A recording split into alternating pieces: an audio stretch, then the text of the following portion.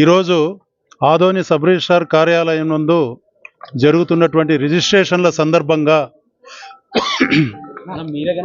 ఉద్యోగస్తులు sub registrar కార్యాలయంలోని ఉద్యోగస్తులు వచ్చినటువంటి పబ్లిక్ దగ్గర నుంచి భారీ ఎత్తున అక్రమ వసూళ్లను చేస్తున్నారని రిజిస్ట్రేషన్ల సందర్భంగా మాకు కర్నూలు ఏసీబీ డిఎస్పీ అయిన నాకు మరియు మా సిబ్బందికి రాబడినటువంటి సమాచారం మేరకు ఈరోజు సాయంత్రం 5:15 ఆదోని సబ్ రిజిస్ట్రార్ కార్యాలయం మీద ఏసీబీ ఆకస్మిక తనిఖీలు జరిపినప్పుడు అందులో భాగంగా ఆఫీస్లో అధికారికంగా ఉన్నటువంటి సబ్ రిజిస్ట్రార్ గారు మరియు ఒకరు రెగ్యులర్ ఎంప్లాయీ కాకుండా 3 డాక్యుమెంట్ రైటర్సు, 4 అసిస్టెంట్స్, ఆ డాక్యుమెంట్ రైటర్స్కు అసిస్టెంట్స్, ఒక 2 ప్రైవేట్ పర్సన్స్ అనధికారికంగా లోపల ఉండడం గమనించాము. వారిని స్వాధీనంలోకి తీసుకున్నాము.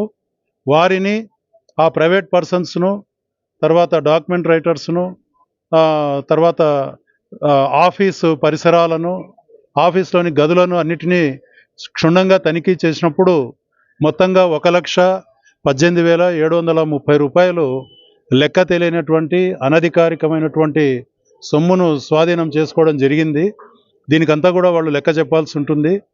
ఇప్పటివరకు అయితే వాళ్ళు ఎటువంటి ఆధారం చూపించలేదు ఇది లీగల్ అమౌంట్ అని. అందువల్ల దీన్ని మేము ఇప్పటికీ అక్రమంగా వసూలు చేసినటువంటి లంచం సొమ్ముగానే పరిగణించి ఇంకా క్షుణ్ణంగా కూడా తనిఖీ చేస్తూ ఉన్నాము. ఈ చెకింగ్ను కొనసాగిస్తూ ఉన్నాము.